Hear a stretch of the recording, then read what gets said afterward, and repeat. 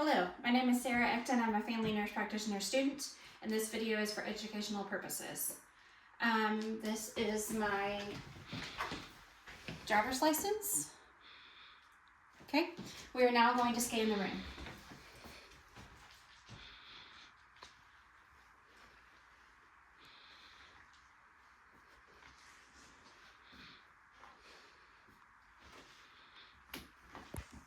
Hi, I'm the videographer. This is my patient. Can you please tell us your name and date of birth? Susan Ecton, 12/17/1952. Do you agree to be a part of this video for educational purposes? I do. Okay. Upon starting this video, Ms. Ecton walked into the room. She had proper gait without the use of any assistance. She's in proper attire for the weather. She is alert and oriented ×4. I'm going to use my hand sanitizer. I took her vitals upon starting as well. Her temperature is 98.2, her blood pressure is 132/72, her heart rate was 84 beats per minute, her respirations were 20, and her oxygen saturation is 100% on room air. We will now begin the assessment. With any assessment, we start with inspection. Ms. Ecton, this video will be about the head, ears, nose, and throat. If at any time you feel any discomfort, please tell me. Okay. So we're looking at the skin. The skin is pink, intact on the head, the turgor. I'm going to check on the back of the hand, and it does have some tinting, which we can associate with dehydration. We just encourage more water intake of the patient. We'll start with the head and scalp. So we're looking at the head. We notice the hair is clean and intact. It is thick.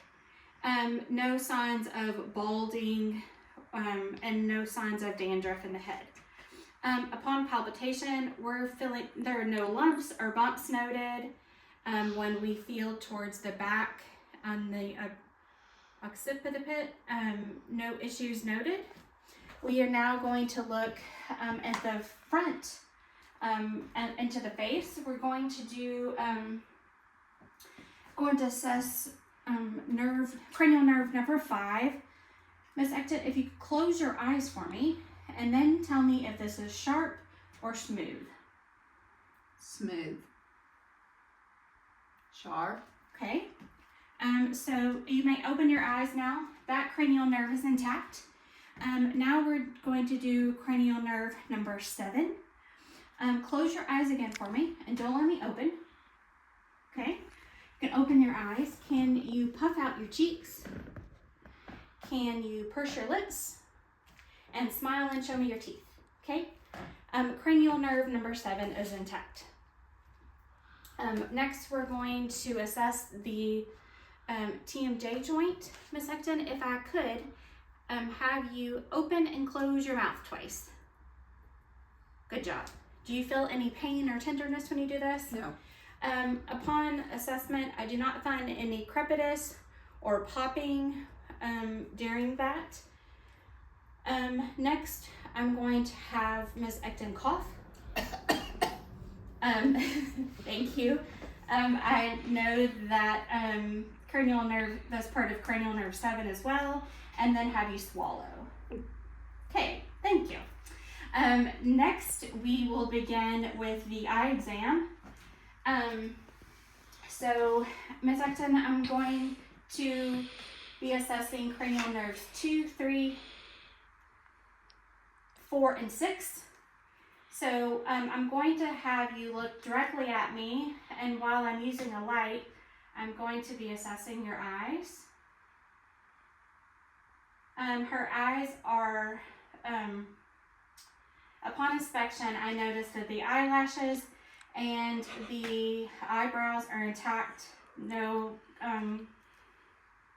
issues of any kind. Her eyes are white in color around them. There's no issues of yellowing or jaundice. When I pull down the eyelids, the conjunctiva is pink. They are round, reactive to light, just like we would expect. I will do the 6 cardinal gazes.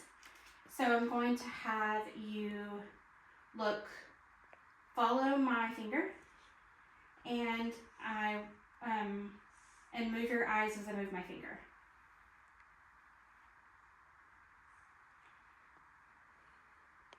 Okay, the 6 cardinal gazes are intact.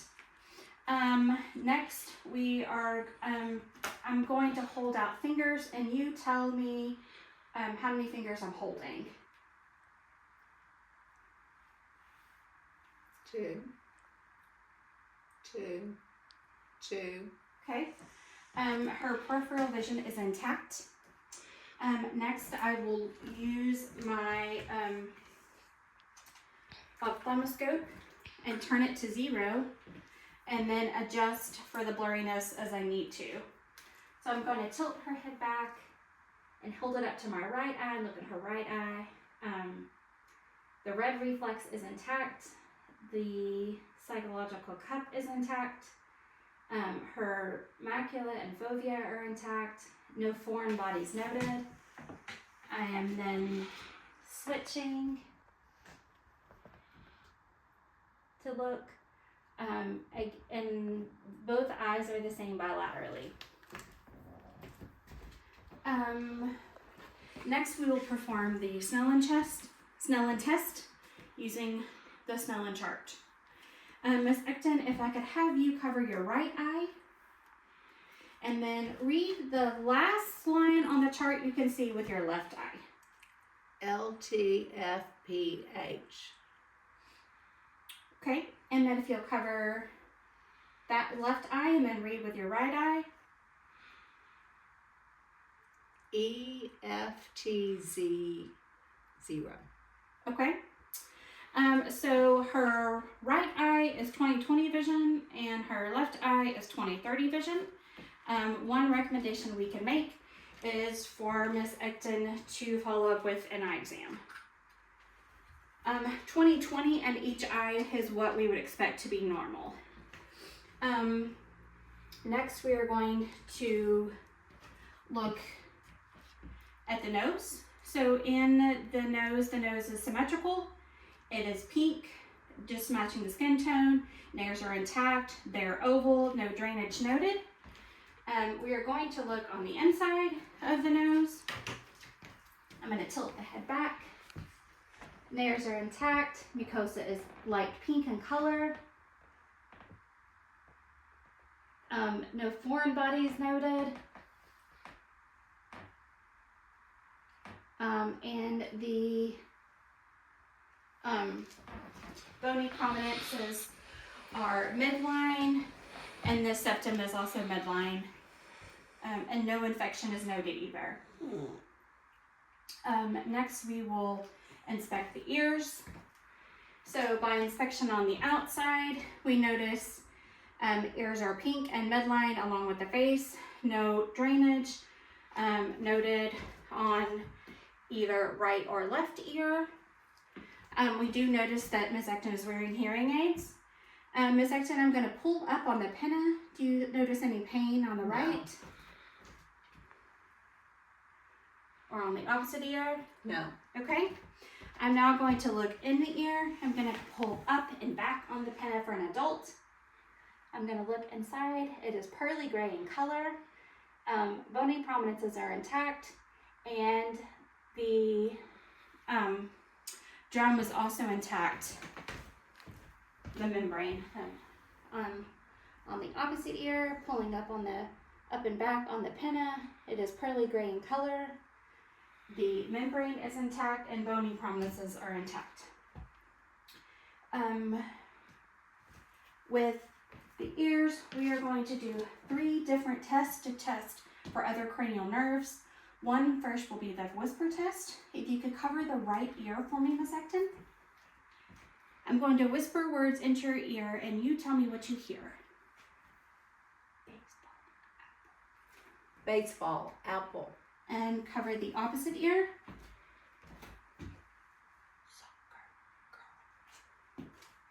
Soccer. I didn't get the last one. Okay. So Ms. Ecton passed on the right but and then on the opposite ear, she only heard one word. It was soccer and girl. We would recommend a hearing test. Next, we are going to perform the Weber test using a 512 megahertz tuning fork. So Miss Ecton, I'm going to strike the tuning fork and place it on your forehead, and I want you to tell me when you hear it in your ears.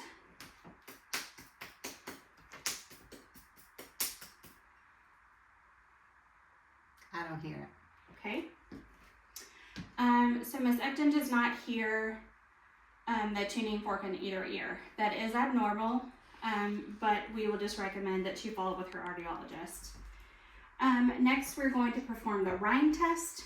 We will start by placing the tuning fork on the bone slightly behind the ear. And Ms. Ecton, tell me when you hear that.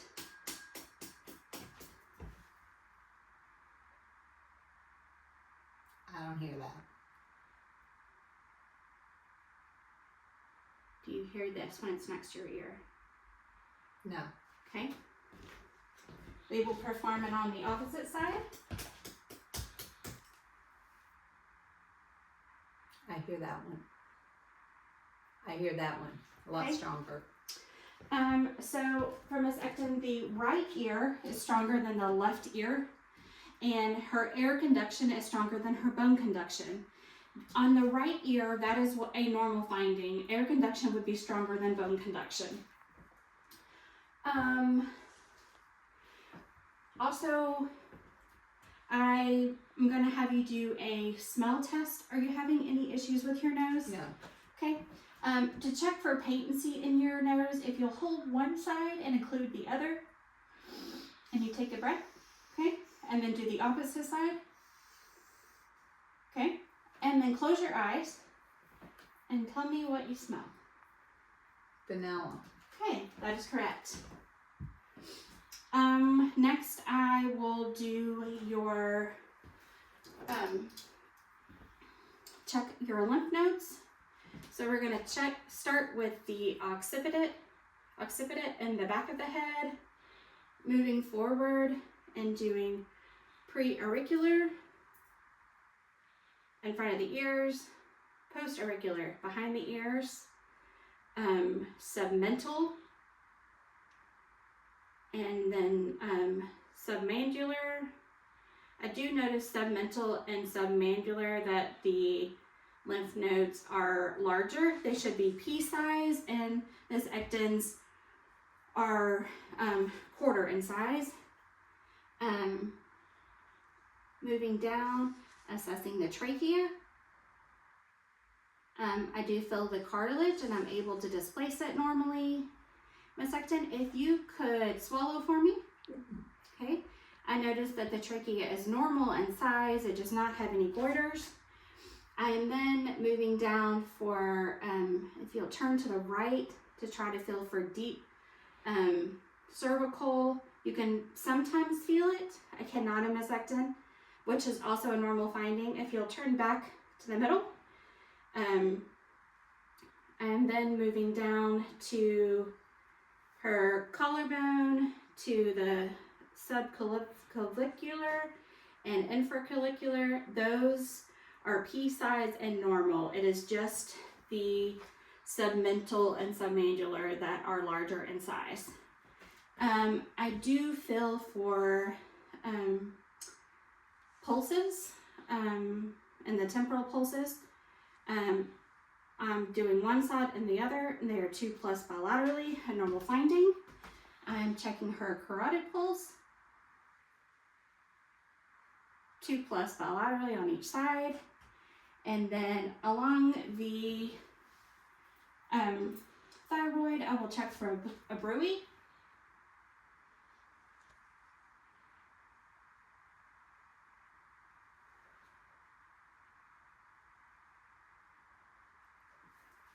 No bruits noted.